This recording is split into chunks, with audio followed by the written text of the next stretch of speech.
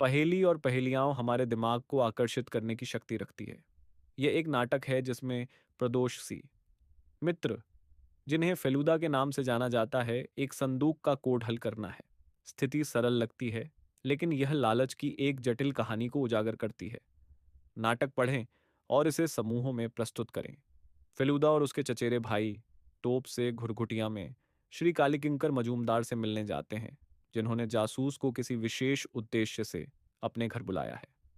Station पर driver उनका स्वागत करता है और उन्हें गांव के पुराने विशाल हवेली में ले जाता है, जो काफी प्रभावशाली लगती है।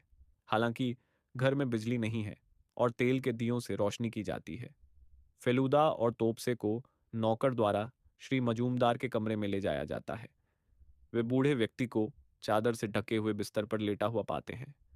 कमरे में एक मेज, एक संदूक, तीन कुर्सियां, एक अलमारी और छत तक जाती किताबों की अलमारियां हैं, जो किताबों से भरी हुई हैं। श्री मजूमदार: कृपया बैठ जाइए, आपसे मिलकर खुशी हुई। फेलुदा: धन्यवाद, ये मेरा चचेरा भाई तपेश है। तोप से: नमस्कार। फेलुदा और तोप से बिस्तर के पास की कुर्सियों पर बैठ जाते हैं। श्री मजूमदार फेलुदा से: मेरा पत्र पढ़कर आपको जिज्ञासा हुई होगी। फेलुदा: हाँ बिल्कुल, नहीं तो मैं इतनी दूर कभी नहीं आता। श्री मजूमदार मेज की ओर मुड़ते हैं, जहां चार बंधी हुई पुस्तकें एक मोमबत्ती के पास रखी हुई हैं। श्री मजूमदार: क्या आपने ये किताबें पहले ही पढ़ ली हैं? फेलुदा उठकर किताबें उठाते हुए: अरे, ये सभी दुर्लभ हैं और मेरे पेशे से संबंधित हैं। क्या आपने कभी... श्री मजूमदार हंसते हुए: नहीं, मैंने कभी खुद जासूस बनने की कोशिश नहीं की। देखिए, 52 साल पहले हमारे परिवार में किसी की हत्या हो गई थी। एक अंग्रेज जासूस मैल्कम ने हत्यारे को पकड़ा। मैल्कम से बातचीत करने और उनके काम के बारे में जानने के बाद मुझे अपराध विज्ञान में रुचि हो गई। तभी मैंने ये किताबें खरीदी। मुझे जासूसी उपन्यास पढ़ने का भी बहुत शौक था। क्या आपने एमिल गैबोरियो का नाम सुना है?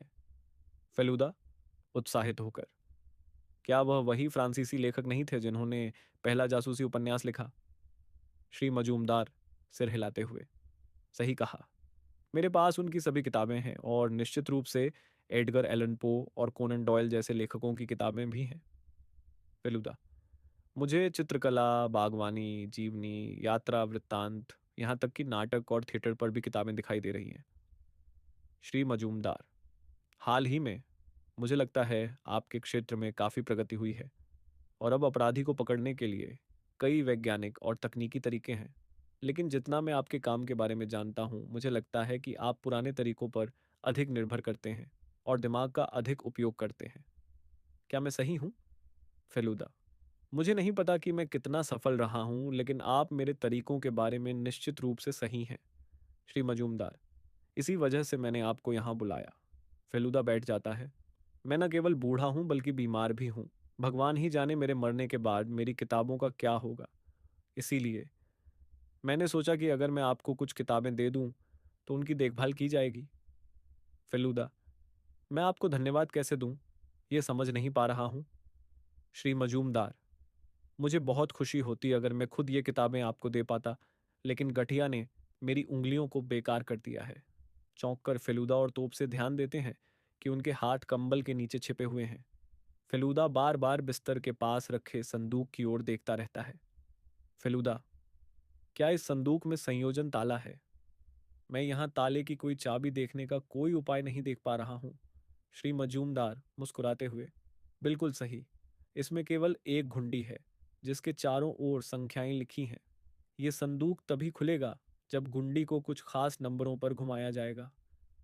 गोपाल, गृहस्वामी गोपाल तुरंत आ जाता है। श्री मजूमदार: वह तोता यहाँ ले आओ। गोपाल एक तोते को लेकर लौटता है। श्री मजूमदार तोते से धीरे से: चलो मिट्टू बोलो। तोता: दरवाजा बंद करो, अरे मोटी मुर्गी। फेलुदा और तोप से तोते को यह बात इतनी साफ आवाज में बोलते हुए सुनकर चकित रह जाते हैं। फेलुदा: इसका क्या मतलब है? श्री मजूमदार हंसते हुए: मैं तुम्हें यह नहीं बताने वाला। मैं सिर्फ इतना कह सकता हूं कि तुमने जो सुना वह एक कोड है और यह उस बंद संदूक से जुड़ा है। इसे हल करने के लिए तुम्हारे पास 12 घंटे हैं। फेलुदा: समझ गया। क्या मैं पूछ सकता हूं कि आपने तोते को यह बात क्यों सिखाई? श्री मजूमदार: लगभग 3 साल पहले एक दिन मुझे अचानक याद नहीं आ रहा था कि संदूक खोलने का संयोजन क्या है। पूरे दिन कोशिश की, लेकिन याद नहीं आया। फिर रात में अचानक याद आ गया। अगले दिन सुबह मैंने यह कोड बनाया और इसे तोते को सिखा दिया। फेलूदा उठता है, मोमबत्ती उठाकर संदूक की जांच करता है। फेलूदा: मुझे लगता है किसी ने इस संदूक को जबरदस्ती खोलने की कोशिश की है। मोमबत्ती को वापस मेज पर रखते हुए: इस पर कुछ निशान हैं। सामान्य धूल पोंछने और सफाई करने से ऐसे निशान नहीं बन सकते। लेकिन क्या यहाँ कोई है जो इसे खोलना चाहेगा?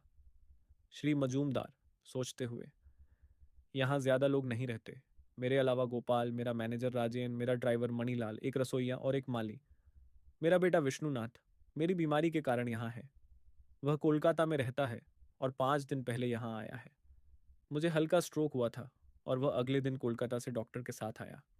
तो अब क्या मुझे डरने की जरूरत है कि कोई चोर मेरे कमरे में घुसकर इस संदूक को खोलने की कोशिश करेगा? फेलूदा: चिंता मत कीजिए। गोपाल को चीजों पर नजर रखने के लिए कहें। मुझे नहीं लगता कि कोई तत्काल खतरा है। श्री मजूमदार: विष्णुनाथ बहरामपुर गया है और जल्द ही वापस आ जाएगा। आप जैसे ही वह लौटे खाना खा लें। अगर आप कोड हल कर लेंगे तो मैं आपको गाबोरियो की पूरी किताबों का सेट दे दूंगा। फेलुदा और तोप से अपने कमरे में चले जाते हैं और विष्णुनाथ के आने का इंतजार करते हैं। कुछ समय बाद वे कार के आने की आवाज़ सुनते हैं। जल्दी ही राजन कमरे में झांकता है। फेलुदा: क्या बात है राजन बाबू? राजन: छोटे बाबू अभी अभी लौटे हैं। मैंने गोपाल से कहा है कि वह खाना परोस दे। वह कुछ ही देर में आपको बुलाएगा। तोप से बेचैन होकर श्री मजूमदार द्वारा दी गई किताबों को देखता है, जबकि फेलुदा अपने नोटबुक में कोड हल करने की कोशिश करता है। 15 मिनट बीत जाते हैं। विष्णुनाथ दरवाजे पर खड़ा दिखाई देता है। विष्णुनाथ: आपको इंतजार कराने के लिए माफी चाहता हूँ। मेरा नाम विष्णुनाथ मजूमदार है। तीनों लोग डाइनिंग रूम में जाकर मेज पर बैठ जाते हैं। विष्णुनाथ: मुझे नहीं लगता कि मेरे पिता को शहर से लोगों को ऐसी जगह बुलाना चाहिए था। मैं तो कल वापस जाने को पूरी तरह तैयार हूँ। मुझे यह समझ नहीं आता कि मेरे पिता यहाँ स्थायी रूप से कैसे रह सकते हैं। फेलूदा: क्या आपने कहा कि आप कल वापस जा रहे हैं? विष्णुनाथ: हाँ। पिता को कोई तत्काल खतरा नहीं है। क्या आप 10:30 वाली ट्रेन पकड़ने वाले हैं? फेलूदा: हाँ। फेलूदा और तोप से रात का खाना खत्म करके अपने कमरे में लौट आते हैं।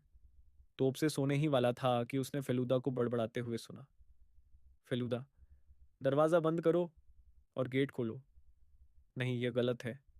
डंडियाँ उठाओ। हाँ, ये पहले आता है। तोप से: तुम्हें क्या हुआ है?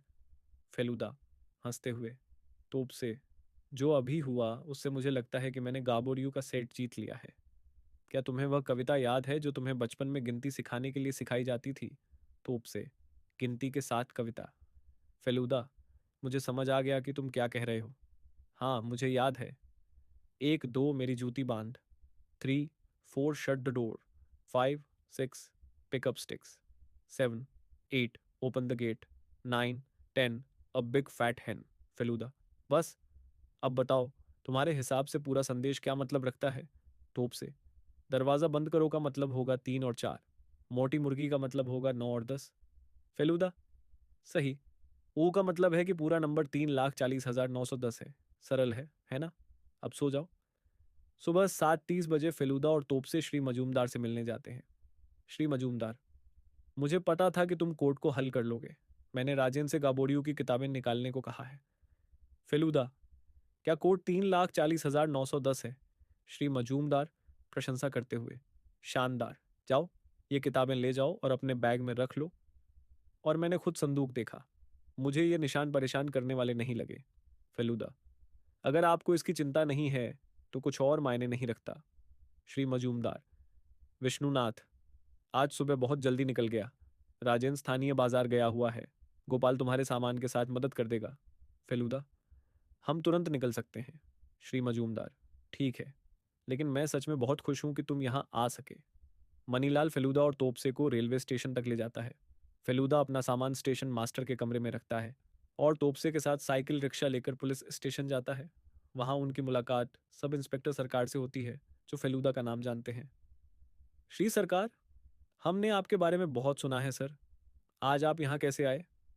फेलूदा, क्या आप अपनी जीप लेकर मेरे साथ श्री काली किंकर मजूमदार के घर चल सकते हैं? वहाँ कुछ गंभीर गड़बड़ है। वे श्री मजूमदार के घर पहुँचते हैं और मुख्य दरवाजे के बाहर एक काली एम्बेसडर कार खड़ी पाते हैं। वे एक डरे हुए ड्राइवर को नज़रअंदाज करते हुए घर के अंदर जाते हैं। वहां पाते हैं कि श्री मजूमदार का बिस्तर खाली है और संदूक खुला है। लगभग सारा सामान गायब है। वे गोपाल को कांपते हुए देखते हैं। फेलुदा, गोपाल, विष्णुनाथ मजूमदार कहाँ है?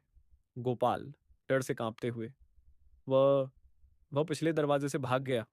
फेलुदा, तुम्हारे मालिक कहाँ हैं? गोपाल डरी हुई आंखों से, छोटे बाबू ने जिस दिन वे आए थे उसी रात उन्हें मार डाला। मालिक ने उन्हें संदूक खोलने का कोड देने से मना कर दिया था और उन्हें चिढ़ाते हुए कहा कि कोड तोते से पूछ लो। छोटे बाबू और उनके ड्राइवर ने मिलकर उन्हें मार डाला। फेलुदा, अब यह बताओ, क्या मैं सही हूं ये सोचने में कि यहाँ कोई राजन बाबू नाम का व्यक्ति है ही नहीं? गोपाल, जी सर, हमारे पास पहले एक मैनेजर था इस नाम का, लेकिन वह 2 साल पहले मर गया। श्री सरकार विष्णुनाथ को गिरफ्तार कर लेते हैं। संदूक से चुराए गए पैसे और गहने बरामद होते हैं। श्री सरकार, हालांकि उनका व्यवसाय काफी सफल था, विष्णुनाथ भारी जुए का शौकीन थे और कर्ज में डूबे हुए थे। फेलुदा, मुझे कुछ गड़बड़ तब लगी जब हमने पिता, पुत्र और उनके तथाकथित मैनेजर को कभी साथ में नहीं देखा। नाटक और अभिनय की किताबों ने मुझे ये सोचने पर मजबूर किया कि शायद ये विष्णुनाथ की थीं और वे मेकअप करने में माहिर थे। उन्हें अपने हाथ छिपाने पड़े क्योंकि वे 73 वर्षीय व्यक्ति के हाथों जैसे नहीं थे। लेकिन मेरा शक पक्का तब हुआ जब मैंने सुबह देखा कि जबकि कहा गया था कि वह काफी जल्दी निकल गए थे, वहां जमीन पर टायर के निशान नहीं थे। तोपसे को किताबें पकड़ाते हुए, इन्हें वापस रखो, क्योंकि मुझे किसी हत्यारे से उपहार लेने की इच्छा नहीं है। घर से बाहर निकलते समय वे बरामदे में तोते को देखते हैं, जो तोपसे से कहता है, दरवाजा बंद करो। अरे मोटी मुर्गी,